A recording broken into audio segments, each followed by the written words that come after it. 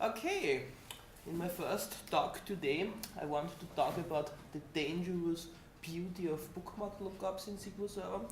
Who of you has already an idea what a bookmark lookup in SQL Server is? Okay. Who of you has already attended a session of mine yesterday? Okay, so I don't introduce myself anymore. You already know everything that you should know about me. What's the agenda for the next 90 minutes? The first step, I want to talk what a bookmark lookup is in SQL Server, why SQL Server needs a bookmark lookup so that everyone has a common understanding about bookmark lookups, and then I just want to show you different problems that can occur in SQL Server in combination with execution plans that contains bookmark lookups.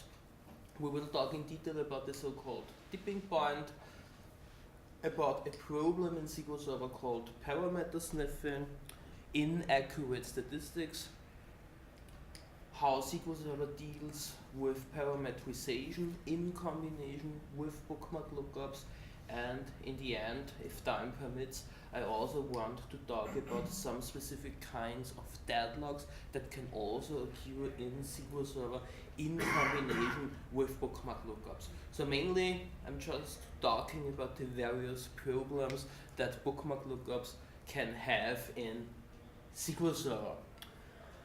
A bookmark lookup means that the query optimizer has chosen in the execution plan a non-clustered index, means we are reading the requested data from that non-clustered index, and finally we retrieve in our select list additional columns that are not part of that non-clustered index. Means we get some records from that non-clustered index, and afterwards SQL Server has to retrieve the additional requested columns for every record that we have retrieved from that non-clustered index. And when we look here at the execution plan, you will see that SQL Server performs here a bookmark lookup operation. Means for every record that we retrieve from that non-clustered index, SQL Server accesses our table, our clustered index, or our heap table, and just retrieves the additional information. When we deal with a bookmark lookup, we have two kinds of bookmark lookups in SQL Server. We have a so-called clustered key lookup. That kind of bookmark lookup is performed by SQL Server when we deal with a clustered table, so a table with a clustered index. If we deal with a heap table, a table without any clustered index, then we have a so-called row identifier lookup in our execution plan. As we will see later, we can eliminate bookmark lookups very easily in SQL Server by creating a so-called covering index. A covering index in SQL Server is just a traditional non-clustered index which contains all the columns that we are requesting in our query. So normally when you have a query in front of you, you should add the columns on which you are restricting in your where clause into the navigation structure of that non-clustered index so that you can perform seek operations, and every additional column that you are referencing in your select list, you should include in the leaf level of that non-clustered index. Means when we are including those additional columns in the leaf level of the non-clustered index, we can eliminate that bookmark lookup in the execution plan. Of course, when we include additional columns in the non-clustered index, we just create a redundancy of that data. Means those columns are part of our table, of our heap table or clustered table, and those columns are also part of that non-clustered index. Means when we are changing that column, we are degrading our write performance because SQL Server has to change that column twice. Once in our table and also once in the non-clustered index that we have created previously. That's also the problem of indexing. On one hand, you're improving your read performance, and on the other hand, you're just degrading your write performance. Let's have a look on that.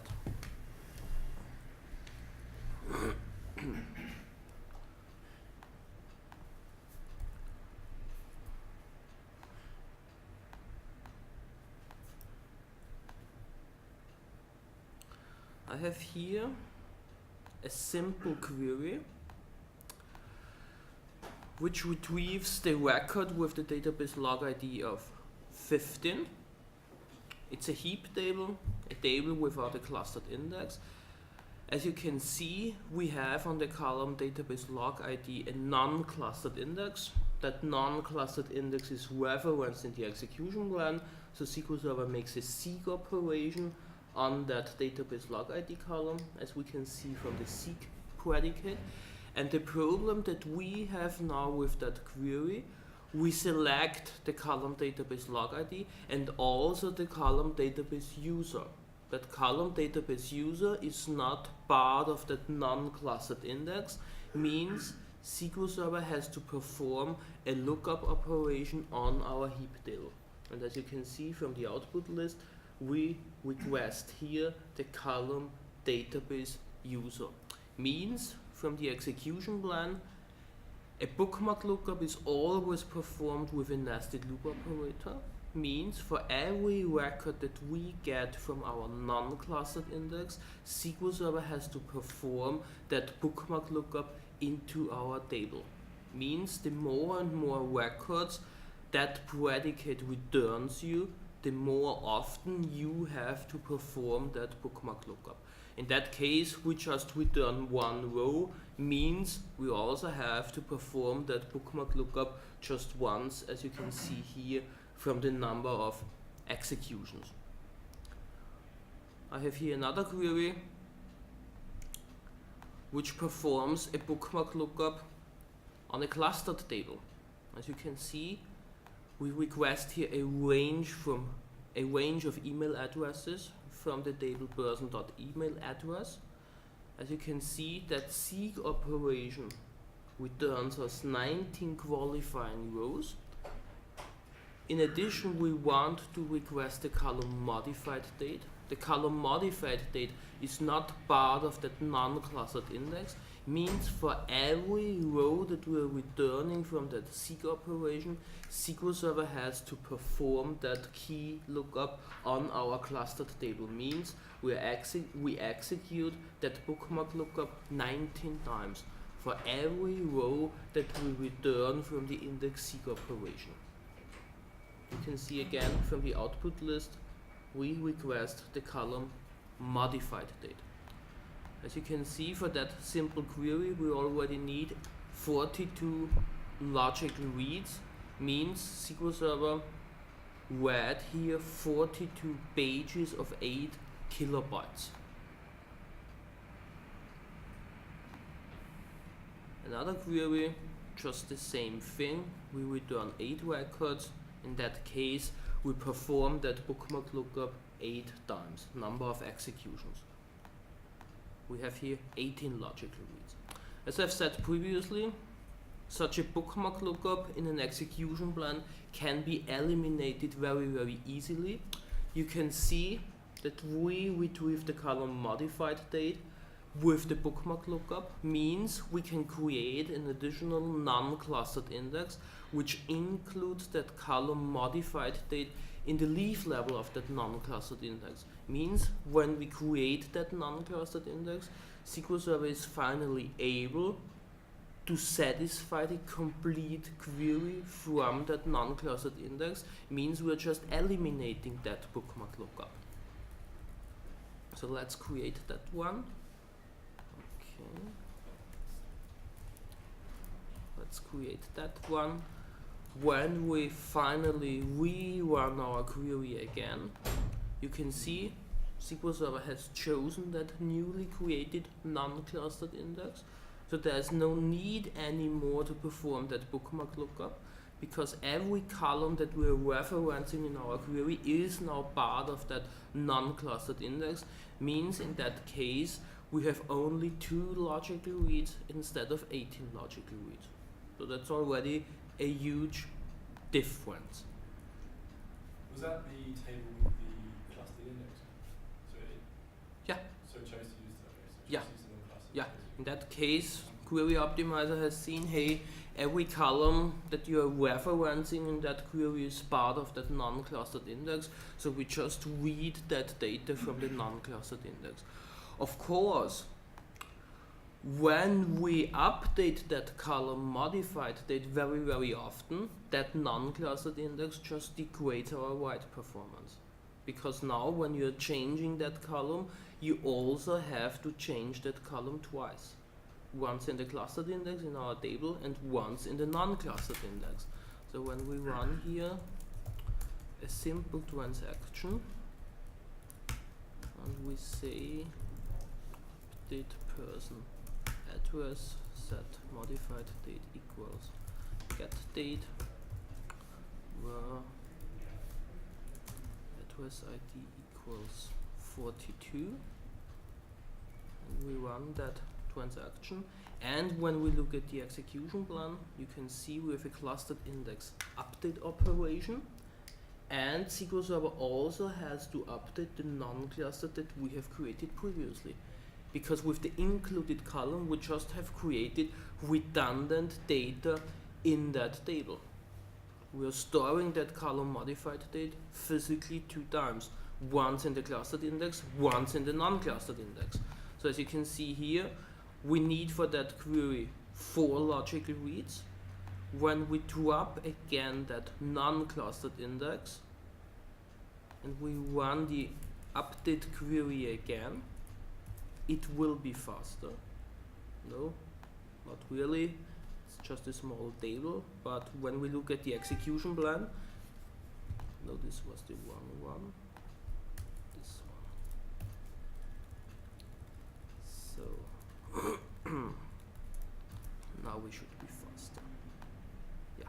Now we just have 2 logical reads. So our write query is just faster. As you can see, we are just updating our clustered index, no non-clustered index. Of course, our read query or select statement is again slow. That's the problem of indexing. On one side, you're increasing your read performance. On the other hand, you're degrading your write performance. Means you have to find a good middle way how you index your databases. So that example you just used, if it was a clustered table or a non-clustered table? This was a clustered table with a clustered index. Right, so if it was a non-clustered table and it didn't cover... The non-clustered index that we had previously didn't cover the query. Therefore, SQL Server introduced the bookmark lookup. Yeah, so if you then added the non-clustered index, that includes the new column. Yeah. Is there any performance difference between it being originally a clustered table or a non-clustered table? The non-clustered is just smaller. Because you just include in the non-clustered index a subset of your columns. Means the non-clustered is just smaller and therefore faster.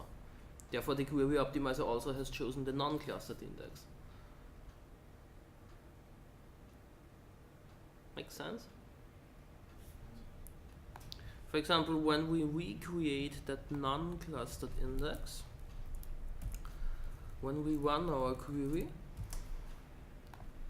SQL Server uses it. We have just 2 logical reads. When we hint SQL Server for our clustered index with the index ID of 1 and we run that query, you are scanning your complete clustered index, and in that case you have 348 logical reads. Means accessing the clustered index is just more expensive because the clustered index is your complete table. In that case, we have read our complete table.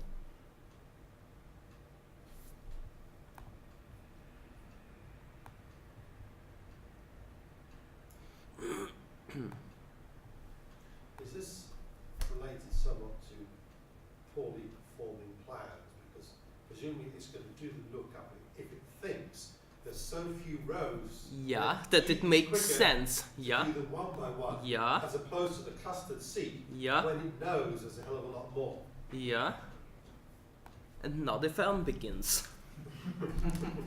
That was just an introduction, so that we have a common understanding about bookmark lookups. Of course, a bookmark lookup only makes sense when you're expecting a small number of rows. Imagine you have a table, let's say, with 100,000 records. When you just expect a few records from that table, it makes sense to make that bookmark lookup a few times. Imagine from that table with 100,000 records, you're expecting all rows. It wouldn't make sense to make that bookmark lookup 100,000 times. Because in that case, the complete scan of the clustered index would be faster.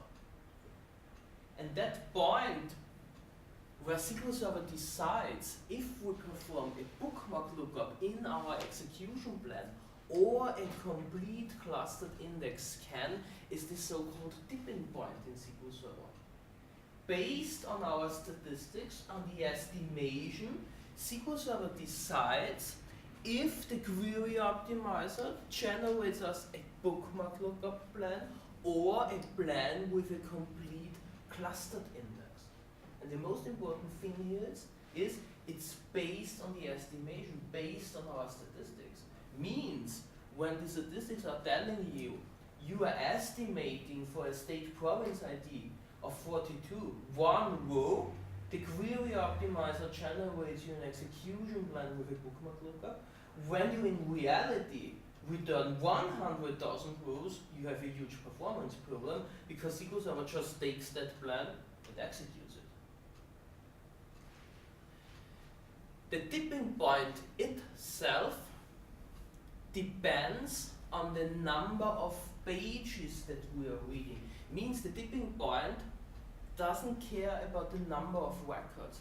And as you can see here, SQL Server chooses a plan with a bookmark lookup when we read around 1/4 to 1/3 of our pages of that table. When you're reading more, the query tips over and SQL Server generates you a plan with a complete clustered index scan. Means it doesn't matter how many records you have in your table. It only matters how large your records are. Imagine we have a table with 80,000 records. Every record is 4,000 bytes long. In that case, we can fit 2 records of 4,000 bytes on one page of 8 kilobytes. Means the tipping point is somewhere between 12 and 17% of those records. When you have the same table again with the same amount of records, 80,000 records, but every record is only 40 bytes long, then you can fit 200 records on one page of 8 kilobytes, and then your tipping point is somewhere between 0.12% and 0.17%. Means your non-clustered index, which isn't a covering non-clustered index, is almost useless. In that case, you can only read around 160 records out of 80,000 records with that non-clustered index because of the bookmark lookup. Just think about that. Means the query optimizer will normally not really choose that non-clustered index because accessing that non-clustered index in combination with a bookmark lookup doesn't really make sense. Let's have a look on that.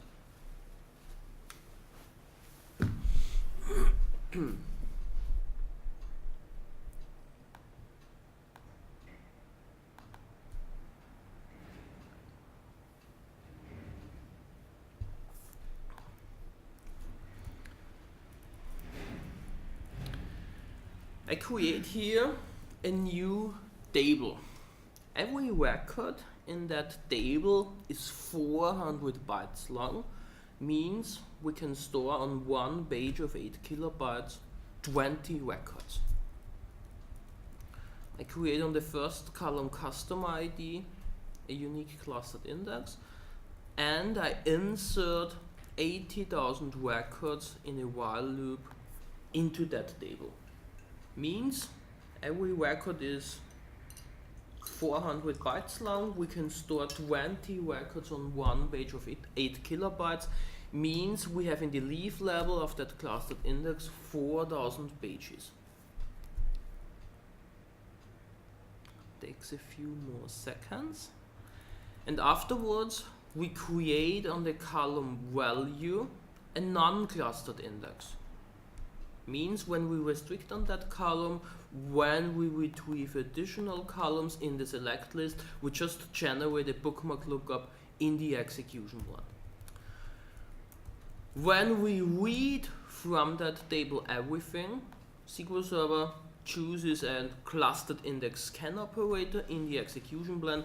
Means we're just scanning every page of that leaf level, and we have here a little bit more than 4,000 page reads. We have now 4,000 pages, means the tipping point is somewhere between 1/4 and 1/3 of those pages, so between 1,000 and 1,333. We have 80,000 records in that table, means our tipping point is somewhere between 1.25, 1.7%. Means in that range, up to that range, SQL Server will choose in the execution plan a bookmark lookup because it's faster.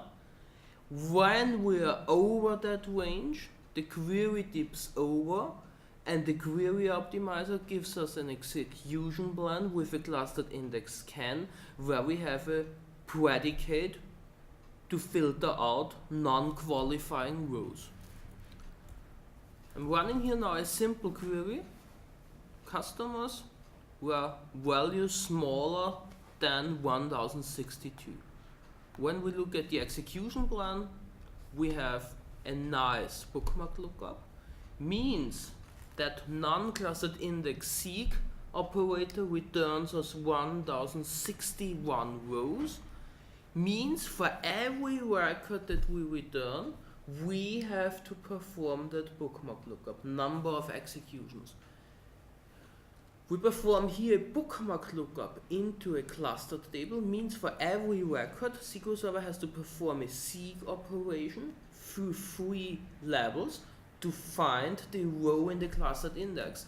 Means every bookmark lookup here on the clustered table costs you 3 logical reads, because you have to perform a seek operation into that clustered index with 3 levels.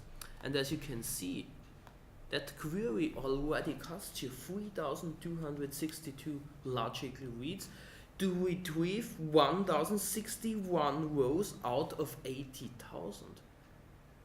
When you make a complete scan of the clustered index and retrieve all 80,000 rows, we had just 4,016 page reads. Just think about that. At some point in time, that bookmark lookup doesn't really make sense anymore, because it just costs you too much. And what I'm doing in the next step, I'm just retrieving one additional record. Whoops, one more. And now, as you can see, our bookmark lookup is gone. Means the query optimizer ignores your non-clustered index because you are not retrieving a very selective result anymore. In that case, it's more efficient to scan the complete clustered index and discard with a predicate non-qualifying rows to get back to your 4,016 logical reads. Okay? Imagine now, we have a plan with a bookmark lookup, let's say with a parameter value. That plan gets cached, and afterwards the plan gets reused. Imagine you are retrieving all your customers from Austria, one crazy guy like me. You cache that plan, and afterwards you reuse that execution plan to retrieve all your customers from the UK. You're doing that bookmark lookup over and over and over and over again, and your performance will just suffer. We'll see that later. I create here another table. In that table definition, every record has a size of 40 bytes. Means when we now insert again our 80,000 records, we can store 200 records on one page of 8 kilobytes.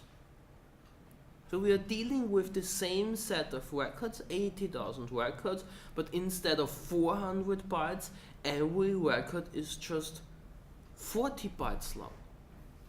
Means the tipping point comes much earlier. I create again the same non-clustered index on the column value. When we retrieve the complete table data, we have the clustered index scan. Clustered index scan costs you 419 logical reads. With a table with 400 pages, means tipping point is somewhere between 100 and 133 pages. Again, same 80,000 records, means tipping point is somewhere between 0.12, 0.17% of the records of that table. Means you can't retrieve too many records with that non-clustered index anymore. I have a simple query, 156 records, we have a bookmark lookup. As you can see, the bookmark lookup for retrieving 156 records costs you 332 logical reads. Retrieving all 80,000 rows costs you 419 logical reads. Just think about that. Let's retrieve a few more records. Now we have a clustered index scan. Again with a predicate. And we are back to our 419 logical reads. Imagine that now. You have on that column value a non-clustered index, but the query optimizer doesn't use it. It doesn't make sense because performing that bookmark lookup over and over and over again just costs you too much. So a non-clustered index, which isn't a covering non-clustered index, has a very, very selective use case in SQL Server, especially then when you're dealing with very, very small records. And the goal of a good database design should be to have very, very small records. Imagine what happens when we hint SQL Server for that non-clustered index and we retrieve all 80,000 rows through that non-clustered index with a bookmark lookup. As you can see, we are getting now 80,000 rows from that non-clustered index seek, means we have to perform that bookmark lookup over and over and over again 80,000 times. What do you think? How many page widths we have? A lot. 165,000. Just think about that. Now imagine SQL Server just reuses such a cached plan. The performance will just degrade and suffer. And as you can see in the execution plan, that lookup costs you 96%. Of course, when you have here a query like a select star, it's very hard to provide here a covering non-clustered index, because in that case you have to include every column in the leaf level of that non-clustered, means you are mainly duplicating your table data. Doesn't really make sense. When you just read your data from the clustered index, you would have almost the same performance. Okay? Questions on that so far?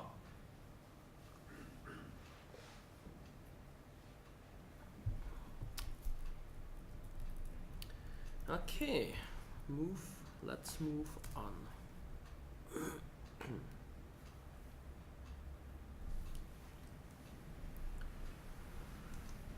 Let's talk now a little bit more in detail how SQL Server caches execution plans and what can happen when we just reuse a badly cached execution plan with a bookmark lookup. Imagine we have a stored procedure, you have an input parameter like a country, and you just retrieve rows from a specific country. Like all your customers from Austria, a very, very selective result. You have just a few customers in Austria. You have on that country column a non-clustered index, means SQL Server uses that non-clustered index, introduces in the execution plan a bookmark lookup. The problem that we have, SQL Server caches that execution plan, and when you rerun that stored procedure with a different input parameter again, then SQL Server will just reuse that cached plan. Means when you afterwards run that stored procedure to retrieve all your customers from the UK, you get back a huge amount of customers. Then SQL Server just reuses that cached plan with the bookmark lookup and performs the bookmark lookup over and over and over again. Means your performance will just suffer. That's the so-called parameter sniffing problem.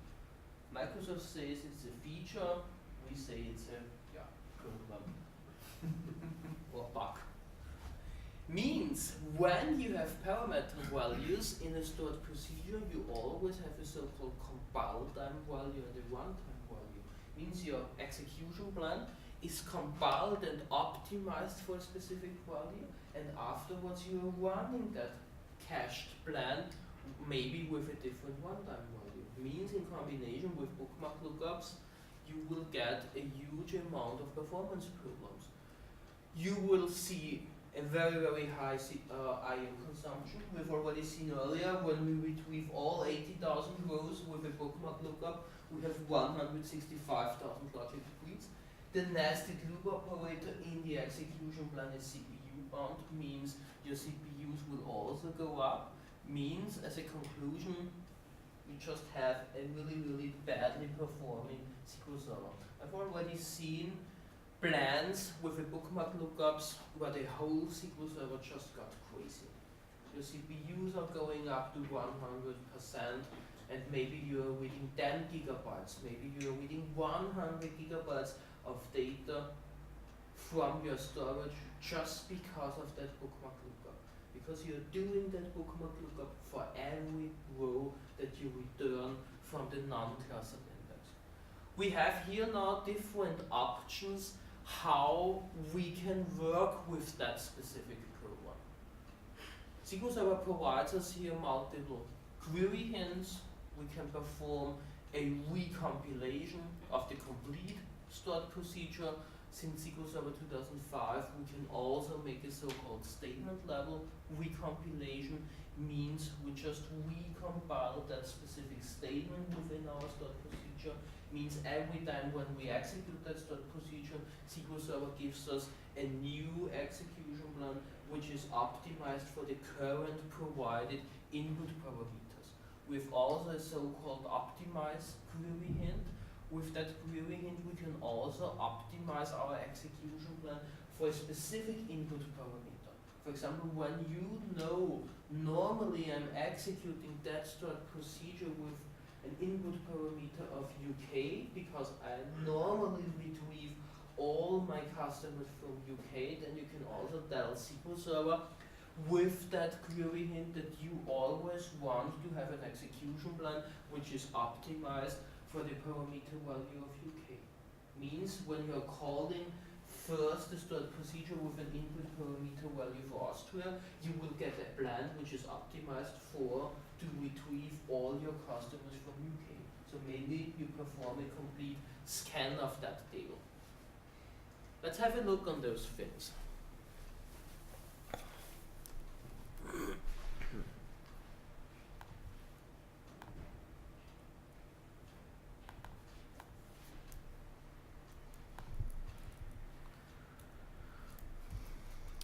I create here a very simple table, and I just insert into that table 1,500 rows. But when we look into that table, you can see that we have in column 2 an uneven data distribution. we have once the value of 1, and we have 1499 times the value of 2. You have one customer in Austria, a huge amount of customers in the UK. Just an uneven data distribution. Normally we have in every table an uneven data distribution. Our data is not really distributed normally. So just a common problem. And I create a non-clustered index on that second column. And now I create a very simple start procedure, nothing special here. We have one input parameter value, and we just use that input parameter value to select data from that table. Let's run that start procedure. Value of 1, very, very selective. So in that case, it makes sense to perform a bookmark lookup. As you can see, the seek returns 1 row, means we perform the bookmark lookup just once. Very simple. In that case, we have 3 logical reads. What happens when we rerun that start procedure? Now SQL Server sees that we have, with the name of that start procedure, already a cached plan, and reuses that cached plan. Means normally plan caching is a very, very good thing in SQL Server because you don't need to compile every time for a query a new execution plan, because compiling an execution plan takes some time and takes some memory. Now plan caching is a bad thing because we have just reused that plan with a bookmark lookup. As you can see, the index seek has an estimation of 1 row. For the input parameter value that we initially supplied. Means the plan that we have in front of us is optimized for the processing of 1 row. But in reality, we are getting back almost 1,500 rows. Means instead of performing that bookmark lookup just once, we perform that bookmark lookup 1,499 times. Over and over and over again, means our I/O costs are just exploding. Just think about that. A very simple, traditional stored procedure. When we look at the execution plan, at the select operator, you can also see that we have a parameter list with our parameter value, and for every parameter value you have a compile time value and a runtime value. In our case, that stored procedure, that execution plan, was compiled and optimized for a value of 1, and currently we are running that plan with a value of 2. Means when you have in that specific column an uneven data distribution in combination with a bookmark lookup, you introduce a huge amount of different programs. Make sense?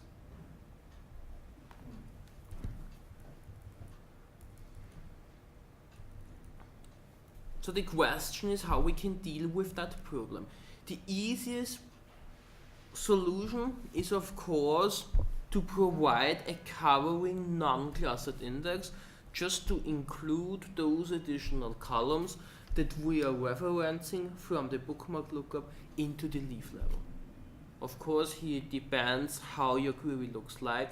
When you have a select star query, when you just retrieve every column, it's not really convenient to add every column into the leaf level of the non-clustered, because you're just duplicating your table data. As we have seen previously, when you're changing that column, you have to change that column at least twice. Once in the clustered index, once in the non-clustered index.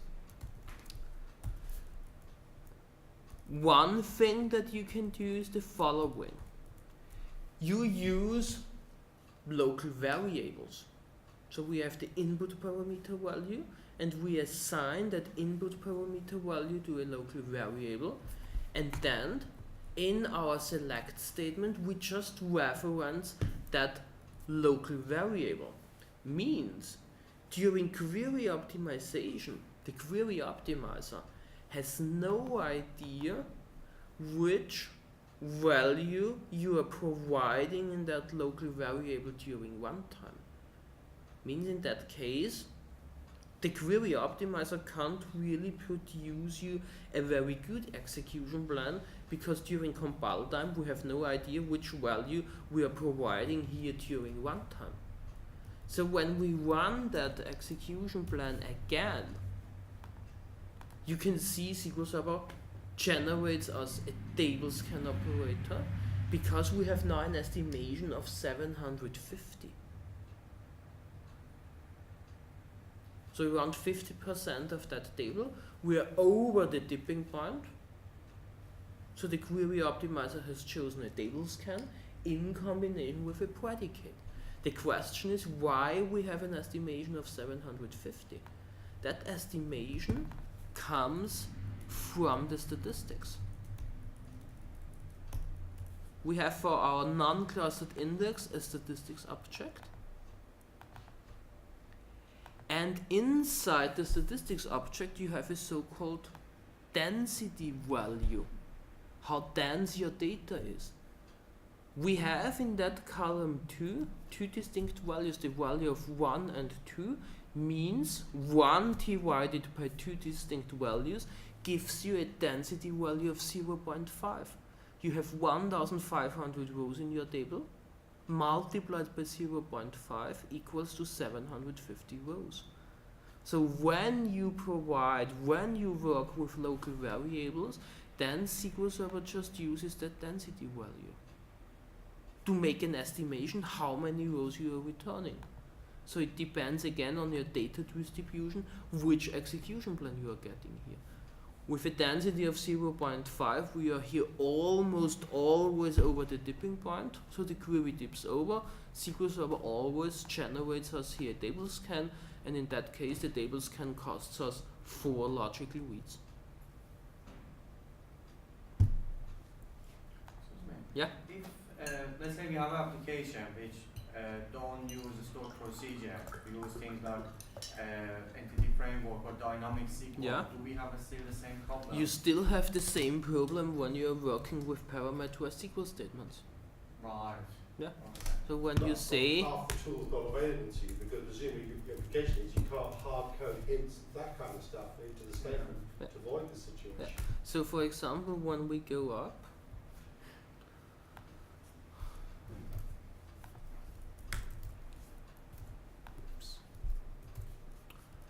and you say, for example, you have here a parameter value,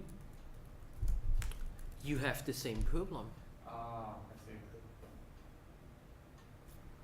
When you submit that query from your client application, on the first step, SQL Server compiles you an execution plan. Afterwards, you're submitting the same query. Means SQL Server just generates a hash value across that SQL statement. The hash value is still the same because you're just providing a parameter value. Means you're just reusing that cached plan. Same problem. Completely the same problem. We will talk about parameterization later. Yeah. Same problem. Then, yeah. Will you also, like, at the appropriate time, be mentioning the tools we can use, where, for example, we're dealing with generated SQL Yeah. or vendor-supplied SQL, stuff that we can't change to SQL statements. We wish to avoid these performance problems Yeah. we're talking about. Yeah. You'll be. The nice thing about SQL Server is you can also ask SQL Server if you have that specific problem. For every cached execution plan, we have so-called query statistics in SQL Server. So for every cached plan, SQL Server stores statistics how that execution plan performed. As you can see here, we have the creation time of that execution plan, the last execution, how often we have executed that plan, how long you have spent on your CPU activity. You have your physical reads, you have your logical writes and you also have your logical reads. Means you can do an order by max logical reads minus min logical reads to see where you have a very, very large variation. Just think about that. When we do here an order by max logical reads minus min logical reads.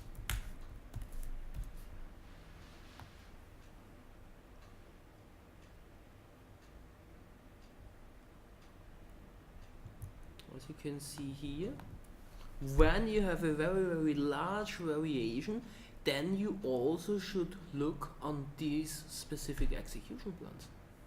Just think about that. So you can also read that from the query statistics if you have maybe a problem. In that case, we have here one execution plan.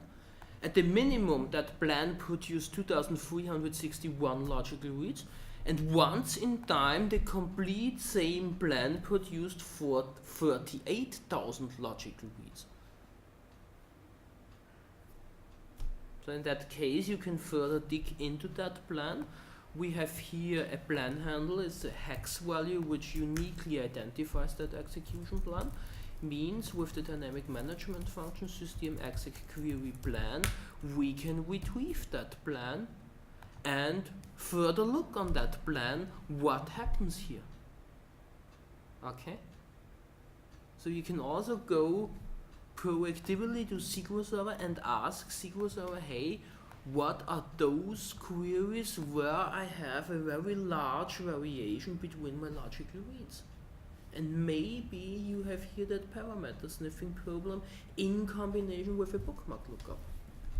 So sorry, on the select all from table column 2, at cultivar, so the local variable in the storage. Yeah, that's a local variable. So we have the input parameter and we just assign that to the local variable. So the where clause is always based on just that local variable? On the local Is it variable, yeah. do what was it doing? A table scan?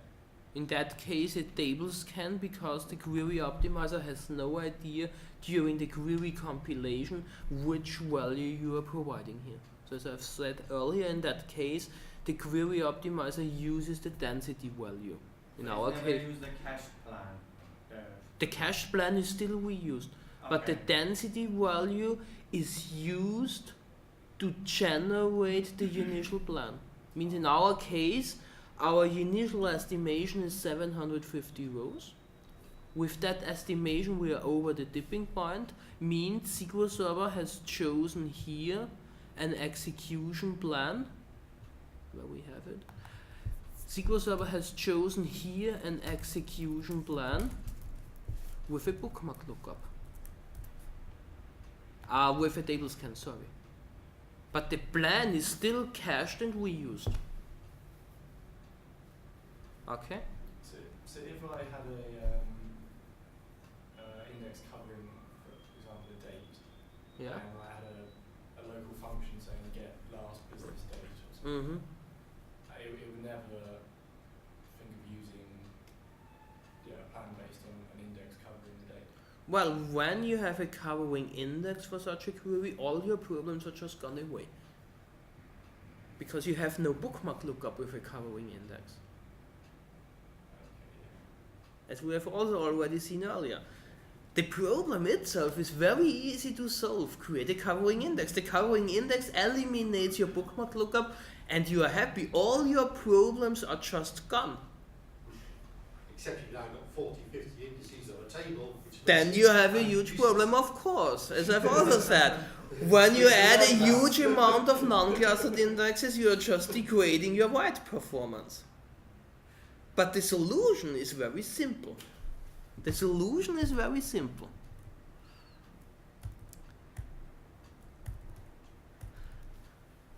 So using with local variables, it's not really the preferred way because it depends on the density of your data which execution plan SQL Server generates you. What you can also do, you can tell SQL Server, I want to recompile every time that stored procedure when I execute it. Means when you recompile that stored procedure every time, you always get a new execution plan, which is always optimized for the current provided input values. But why would you choose to do that as opposed to say, since this is obviously your own stored procedure and you can put it with recompile, why would you put it with recompile when you can put it optimized for UK country code, for example? Because with optimize for, you have to know very, very well your data. Imagine I'm telling you Austria is a great company, and next week you are running a marketing campaign in Austria. You're getting 10,000 new customers. In that case, your data distribution is changing, but when you're using a query hint, you are not giving the query optimizer the allowance to give you a new, better execution plan. Therefore, when you are working with query hints, you have to know your data, and you also have to know when your data changes. Because you are mainly overwriting the brain of the query optimizer. So now, with the recompilation of the stored procedure, we just get a new execution plan every time when we execute that stored procedure. Value of 1 record, bookmark lookup.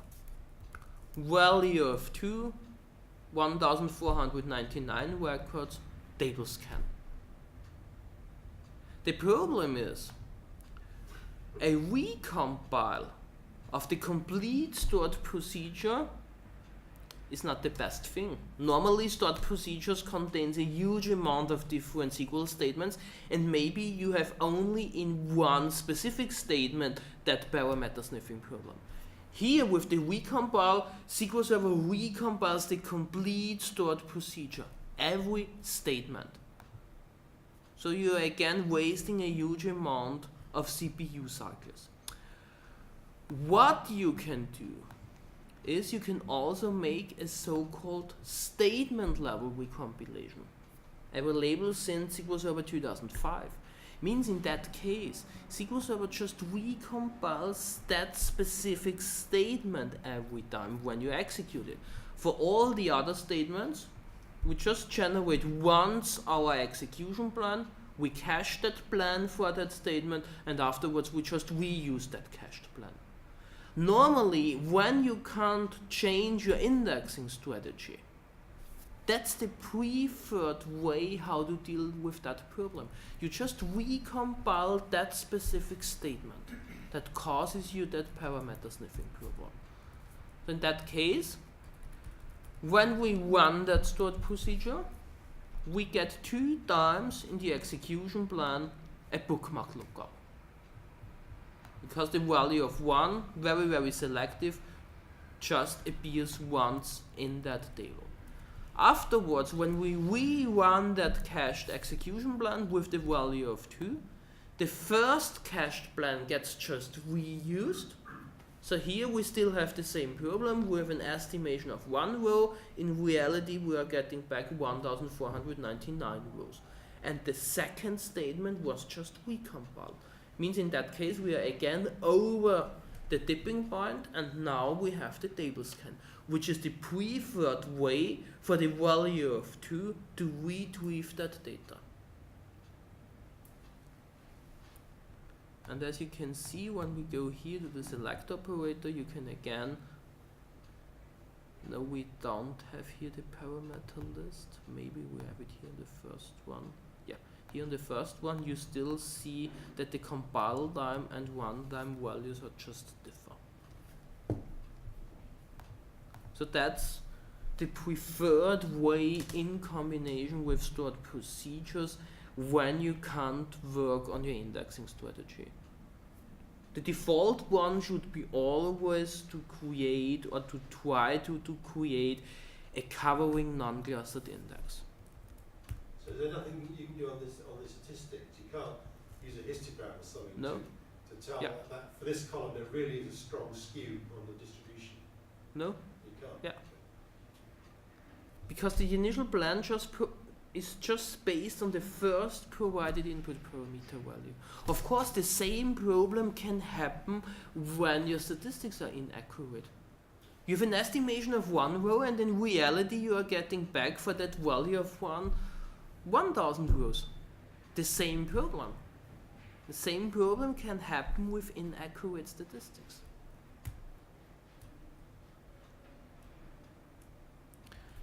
We have the optimize for query hint. As I've already said, you really have to know your data, and you have to know when your data changes and how your data changes. In that case, we are telling the query optimizer, I always want to have a plan which is optimized for the value of 1, regardless of which parameter value we initially provide. So we're already working here with the sledgehammer against the query optimizer of SQL Server. We are telling the query optimizer, hey, we are smarter than you. So when we run that execution plan, that stored procedure with the value of 2, normally you are expecting a table scan because you are retrieving a huge amount of data. In that case, we have a bookmark lookup. And again, the estimation is just one row because we have optimized that execution plan for the value of 1. Means again, the bookmark lookup was done over and over and over again. And you can also see at the select operator, our compile time value is 1. Because that's the value for which that execution plan was optimized for.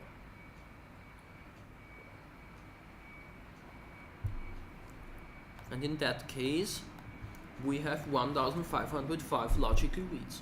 The complete scan of the table costs us 4 logical reads. Just think about that.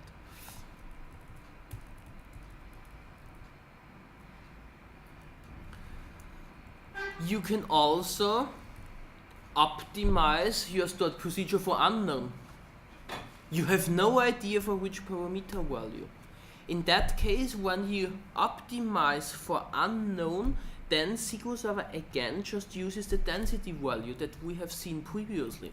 Means in our case, with optimize for unknown, we have an estimation of 750 rows. 750 rows are over the tipping point, means we are just scanning again the complete table. So optimize for unknown also not really a good idea. You don't know your data, the query optimizer knows anything. So I'm not really a huge fan of those query hints. Optimize for.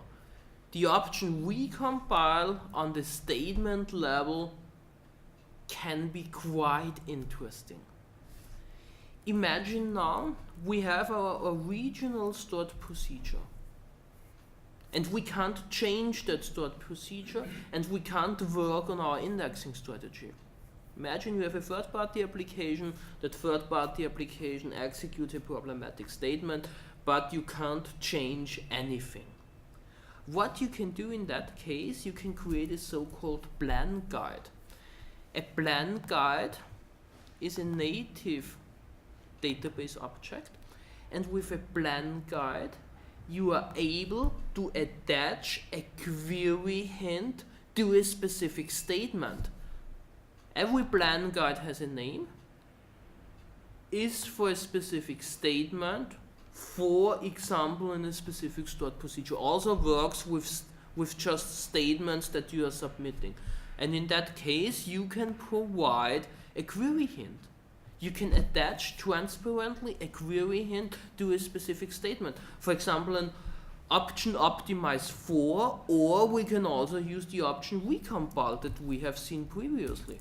So in that case, we just tell SQL Server, we want to recompile that statement of that stored procedure every time when we execute it, without changing the stored procedure itself. So when we run that plan, value of 2 gives you a table scan, value of 1 gives you the bookmark lookup, without changing the stored procedure. As I've said, the plan guide itself is just a native database object, means when you do a backup, restore of that database, you also have the plan guide. Of course, you shouldn't overdo it with plan guides, because you can influence here in a transparent way the query optimizer. Imagine you do here an option optimize for, you get a completely different plan and you have no idea why. So in that case, you can also fool your colleagues with plan guides. So you should not overdo it. But that's one way how to deal with some specific problems when you are not allowed to change your indexes, when you are not allowed to change the implementation of statements or even stored procedures. We haven't changed here anything, we have just created a plan guide, a database level object, and influenced indirectly the query optimizer. And with SB control plan guide, you can finally drop it when you don't need it anymore. Questions on that? Since what version of SQL Server have you been able to, in plan guides, attach a hint to a specific SQL Server statement? At least since SQL Server 2005.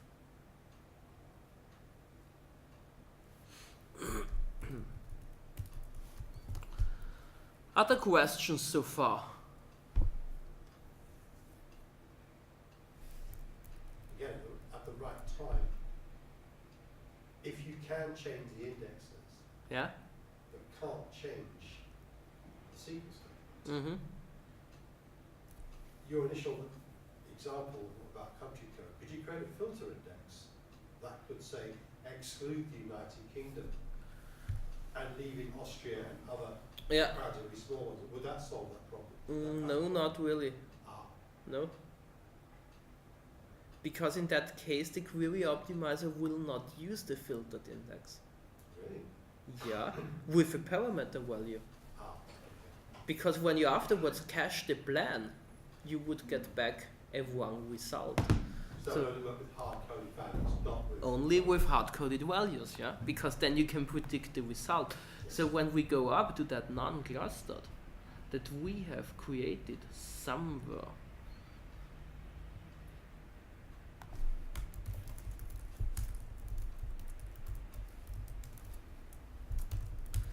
and we create a filtered index where column 2 equals 1, and we recreate that non-clustered, and we recreate our stored procedure and we execute it, the non-clustered is not used. Because you would only get the correct result with the input parameter value of 1. With the input parameter value of 2, if you cache that plan with the filtered non-clustered, it would give you an inaccurate result. 0 rows, but in reality you have 1499 rows. So in that case, the filtered non-clustered only works with hard-coded values. So when I say here, select star from that table where column 2 equals 1, then we have the filtered. And with the value of 2, you have again the table scan. Interesting invitation. Yeah? But it makes sense. It makes sense. It's the same when you're hinting here SQL Server with that non-clustered. The query optimizer isn't able to produce you here an execution plan anymore. Because it would give you a wrong result, no rows, but in reality you have rows.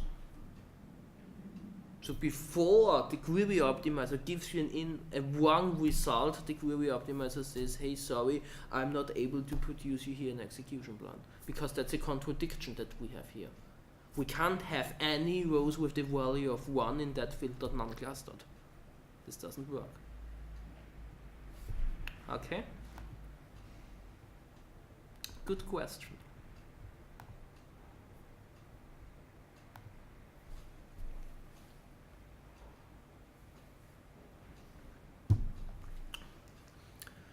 Let's talk now a little bit more about parameterization.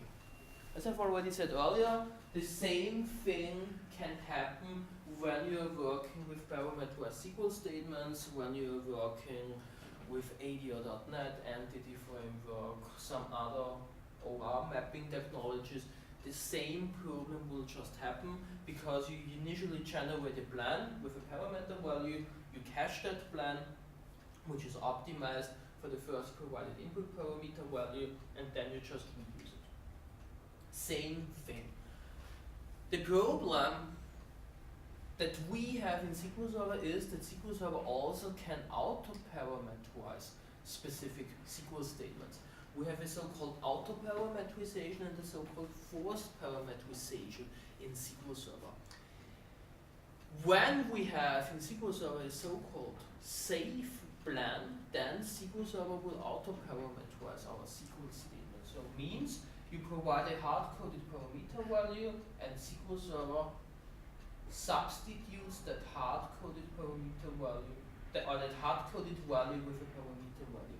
Safe plan means that you get, regardless of your input parameter values, the same execution plan. Means when you have a bookmark lookup in your execution plan, you have no safe plan anymore. Because, as we have already seen, based on the input parameter value, you can get different execution plans. Bookmark lookup, table scan, or clustered index scan. With auto-parameterization, we have a huge amount of restrictions. So, for example, when you make a join between two tables, SQL Server can't auto-parameterize your SQL statement anymore. When you use an in, when you use a union, a distinct, stop, and so on, SQL Server can't auto-parameterize that anymore. Therefore, we have a database option. Forced auto-parameterization means we can tell SQL Server that SQL Server should auto-parameterize almost all of our SQL statements. Means when we enable forced parameterization, we just have a few exceptions in which SQL Server can't auto-parameterize our SQL statement anymore. Of course, when we are setting a forced parameterization, we again have to know our data and we have to know our execution plans very, very well, as you will see.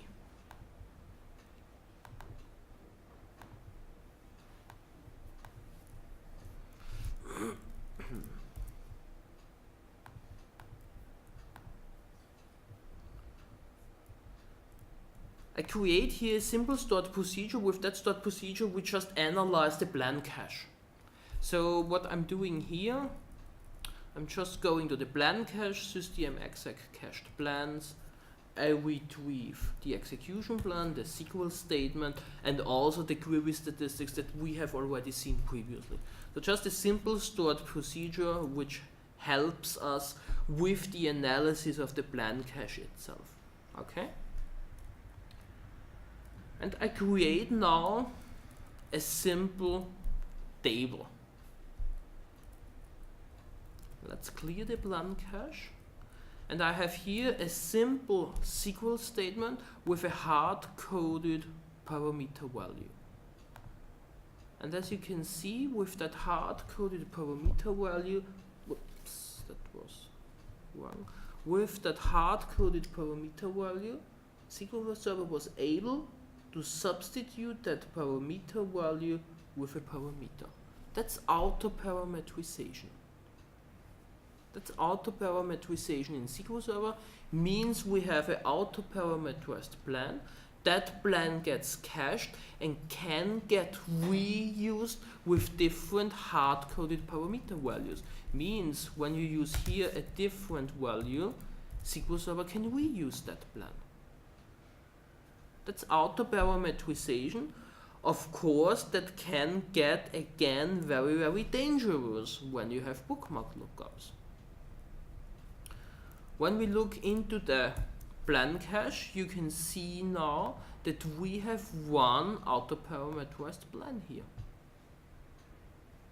with a data type numeric 3-2. The crazy thing here is about SQL Server, as you can see, SQL Server chooses as the parameter value the smallest possible data type. Means when we rerun that query with a larger value like 124, which doesn't fit in a numeric 3.2, you get a different parameterized version of that query with a numeric of 5.2. Just think about that. That's a side effect of auto-parameterization. When you use a 1200, we have another version of that plan with a numeric 6.2.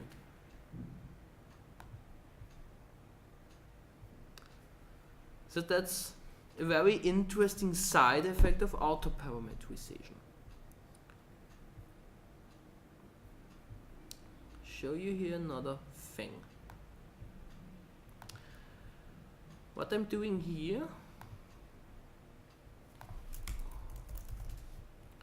I create a copy of the sales order header table. And I create on the customer ID column a non-clustered index, and I'm changing the data distribution.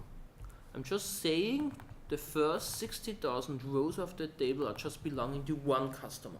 So we have just a different data distribution. One customer has very, very huge amount of orders, other customers have a small amount of orders. Just an uneven data distribution. Means when we run that query, by default, SQL Server gives us here a table scan because we are over the tipping point, because we are retrieving here 16,000 rows out of 31,000 rows. SQL Server was also not able to auto-parameterize that query because it's not safe to auto-parameterize that query, because with a different input parameter value, you get a different execution plan. So as you can see, almost two identical queries, two different execution plans. In that case, SQL Server isn't auto-parameterizing your query because it's not safe. So that's one of the largest problems that we're seeing in SQL Server. You have two almost identical queries which just have a different input parameter value and two different versions of an execution plan, because you have no plan stability. Means you can't predict performance because you can't predict which execution plan you get first. Which execution plan you get depends on which input parameter you are providing first. Just think about that. Another input parameter value, also very, very selective result. Again, we have our bookmark lookup. When we look to the plan cache, you can see we have those three unparameterized queries. So by default, when you have bookmark lookups, the auto-parameterization of that query isn't working because it's not safe. It's just a safety net by SQL Server. But we are able to enforce that parameterization. By default, the parameterization is set to simple, the behavior that we have seen so far, and we can also force SQL Server to perform that parameterization with some serious side effects. I run the first query, not really selective, 16,000 rows out of 31,000 rows, table scan. But now, SQL Server has auto-parameterized that plan, means we have cached that execution plan, which produced 780 logical reads, and now with all subsequent queries, we just reuse that cached plan. Now we have an estimation of 16,000 rows. In reality, we're just return one row, means we are scanning the complete table with 780 logical reads. Previously, that query was very, very fast with just 3 logical reads. Okay? The crazy thing here is, imagine we are running those statements in a different order. The first step, your selective query, just 1 record. SQL Server gives you a bookmark lookup, 3 logical reads, and then you reuse that cached plan with a non-selective input parameter value. Again, you're doing the bookmark lookup over and over and over and over again, and that query costs you 16,000 logical reads. You can't predict performance anymore, because it depends with which input parameter value your users are first executing that query when you have restarted SQL Server. Just think about that. The same can happen when you perform a cluster failover. The performance depends which input parameter value you are providing first. If you are lucky, you are getting a table scan, because the table scan is always the same slow. If you're unlucky, you get a bookmark lookup and your performance will exponentially go slow. So as you can see, bookmark lookups, they are really, really dangerous. Crazy things can happen with them.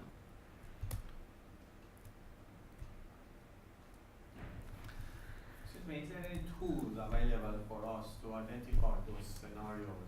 Out of the box, no. As I've said earlier, mainly you can work with the dynamic management view, system exec query stats. Also, when we take that plan, every plan in SQL Server has a so-called query plan hash, which is again a hash value which uniquely identifies that execution plan. So we can go to system exec query stats and restrict on that query plan hash so that we have the statistics of that specific plan in front of us. And as you can see here, when we go to the right, you have here your min and max logical reads. Very, very large variation, so you should further have a more detailed look on that plan. You can also see it from the row count, min max rows. Once we just retrieved 1 row, once we retrieved more than 16,000 rows. You can also see it from the elapsed time. Minimum 21 milliseconds, those are microseconds. Maximum elapsed time with the bookmark lookup, we had here 333 milliseconds. You can also see it from the execution time, because the bookmark lookup is just done over and over and over again. It's just a for each loop, for every record. That's the main problem. Therefore, the bookmark lookup isn't really scaling very, very well. Questions on that so far?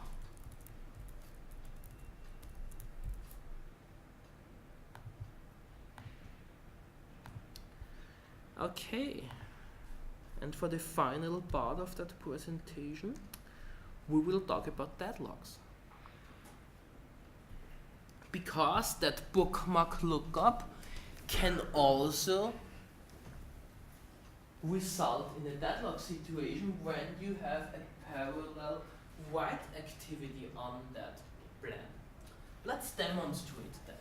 Imagine we have one plan with that bookmark lookup.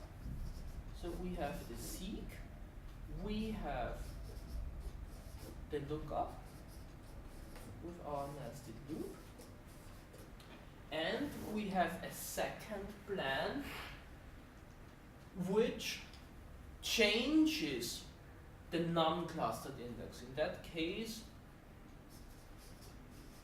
we perform maybe a SQL operation to find the rows that we are changing. Then we compute the new values. And imagine we have an update statement which changes the clustered key value. In that case, we have to change our clustered index, and because the clustered key value is also part of every non-clustered index, SQL Server also has to update the non-clustered index. And if both plans are running at the same point in time, and if the timing is perfect, you get a deadlock between both. Imagine what happens. Imagine we have a session ID 52 and 52 reads from that non-clustered index. We acquire here shared lock. In the next step, we have here our update plan. Let's say we have a session ID of 55 and we change our clustered index. In that case, we acquire an exclusive lock. The next step, our read query continues and session ID 52 tries to acquire a shared lock for the bookmark lookup on the clustered table. Do we get that shared lock? No, because we are blocked by the exclusive lock. Means session ID 52, our select statement with the bookmark lookup just waits. Then our update plan continues and session ID 55 acquires an exclusive lock on the non-cluster. Do we get that exclusive lock? No, because session ID 52 has a shared lock on it. Means we are waiting. Every query waits on the another one. Traditional deadlock. Very simple to solve. Create a covering non-clustered index. Let's demonstrate that. Nice thing, it's very easy to reproduce. I have here two sessions. Let's create a simple table. And I have here a simple query, for example, which updates our clustered key value of call 1. In that case, when we run that statement, when we look at the execution plan, you can see SQL Server has to update the clustered index, SQL Server has to update the non-clustered. Same that I have shown you here. I have a second query where a select statement just produces a bookmark lookup. When you're running both statements separate from each other, everything is fine. What I'm doing now, I'm just running those statements in a while loop. And I'm helping SQL Server a little bit by setting the transaction isolation level to repeatable read. Repeatable read just means we are holding those shared logs a little bit longer till the end of our transaction. So I'm just helping SQL Server to make it easier to reproduce that deadlock. When you have a production environment, you can even have a bookmark lookup deadlock in the default isolation level of read committed. I'm just helping here SQL Server in both sessions to make it easier to reproduce that deadlock. We run continuously our write workload. In the second session, we run continuously our read workload. Takes a few seconds. And as you can see, first session, the update statement was rolled back because we have a bookmark lookup deadlock. Just think about that. Very easy to solve. Create a covering non-clustered index for that query. In that case, you don't need to go to the clustered table to perform the bookmark lookup, and your deadlock is just gone. Very simple. So when we change now our indexing strategy,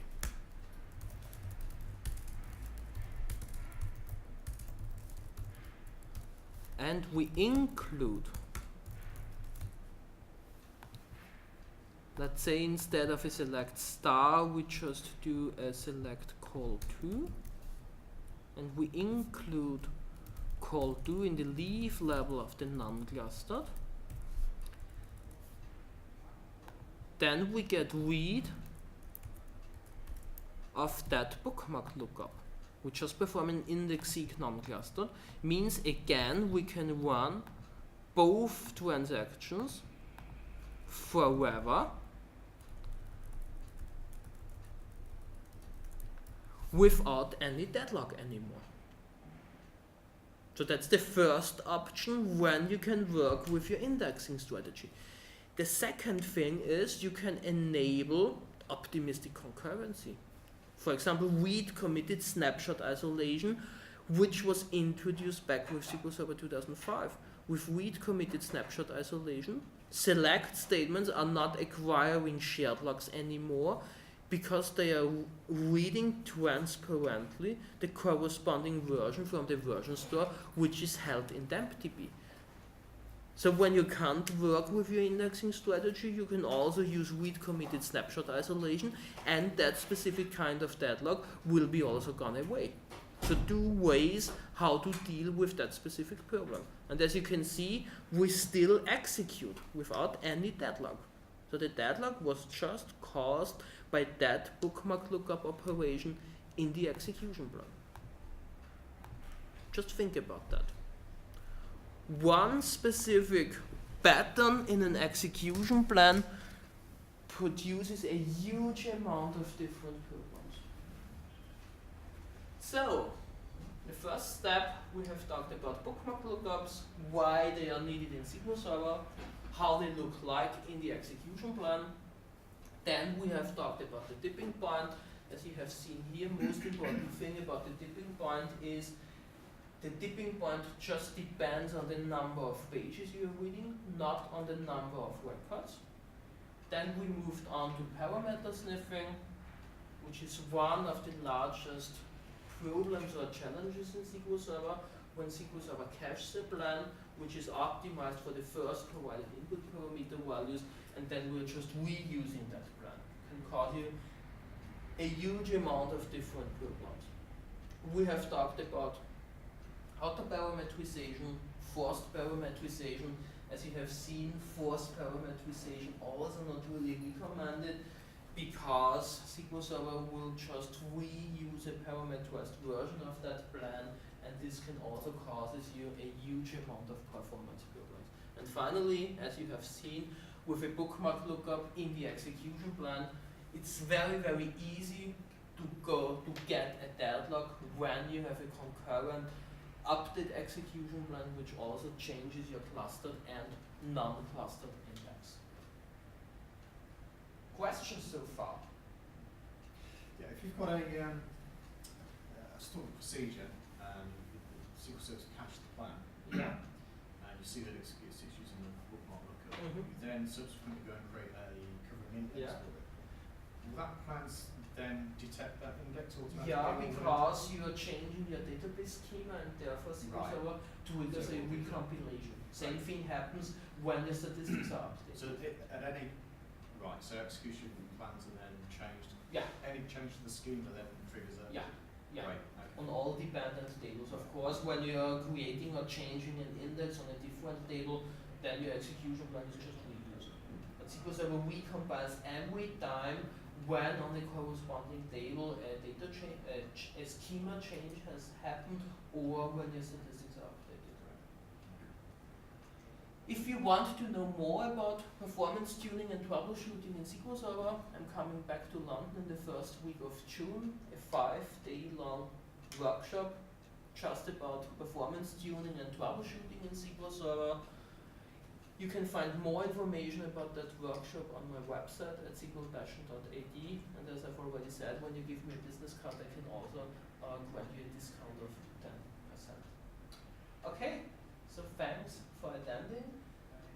I have again today another session in the afternoon at 4 o'clock where I will talk about unique identifier values as primary key values, which is also a very, very interesting and controversial topic in SQL Server.